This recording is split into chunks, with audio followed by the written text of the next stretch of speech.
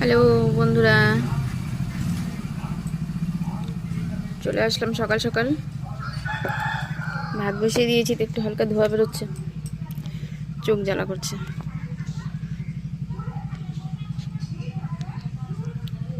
ঘরে একটু সুজি ভাজা বসিয়েছি, আর এখানে মা মাছ কাটছে। মাছ কাটা হচ্ছে কই মাছ, আর হচ্ছে কোকিলা মাছ না কাওলা মাছের বাচ্চা, ছোট ছোট মাছগুলো দেখো একটু। মাছ একটা তোলো তো, কোকিলা মাছগুলো ছোট ছোট পাতলা পাতলা। তো আমি কই মাছ খাই না, তাই আমার জন্য এই মাছটা আনা। আর এখানে আছে একটু চিংড়ি মাছ, চিংড়ি মাছটা দিয়ে শাকের চচ্চড়ি হবে। এই সুজিটা আমার অনলাইন অর্ডারে উপমা যায়, তাই আমি এটা ভেজে রেখে দিচ্ছি। আর সঙ্গে দিয়েছি এর মধ্যে কারি পাতা। তো কারি পাতাটা আমি এর মধ্যে একসাথেই ভেজে নিলাম, তাহলে বেশ কিছুদিন সুজিটাকে যদি আমি ডিব্বায় রেখে দিই, তাহলে গিয়ে তোমার পোকা লাগবে না। কারি পাতাটা থাকলে পোকা লাগবে না, আর এক্সট্রা করে তোমার কারি পাতা দেওয়া লাগবে না। যে একটা ইঁচড় নিয়ে এসছে, তো আজকে আর ইঁচড়টা রান্না হবে না। আর ওই দেখো আমার গাছে একসাথে কতগুলো ইঁচড় হয়েছে। তো বন্ধুরা, চিংড়ি মাছ দিয়ে তো শাকের চচ্চড়ি হয়ে গেছে।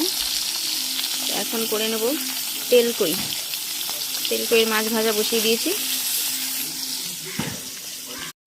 কই মাছ ভাজা হয়ে গেছে, তো আদা বেটে রেখেছি, আর একটু টমেটো কুচিয়ে নিয়েছি। আর ফোড়নে দেবো গোটা গরম মশলা, তেজপাতা আর জিরে। এটা সম্পূর্ণ আদা জিরা বাটা দিয়েই করবো, পেঁয়াজ রসুন আমি দেবো না। এটা এইভাবেই ভালো হয় খেতে। তো ফোড়নটা আমার ভাজা হয়ে গেছে।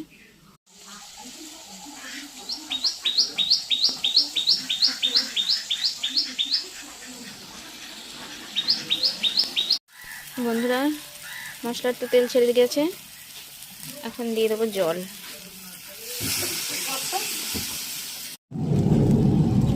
তো বন্ধুরা, কলা পাতার মাছ পাতুরি তো আমি বসিয়ে দিয়েছি।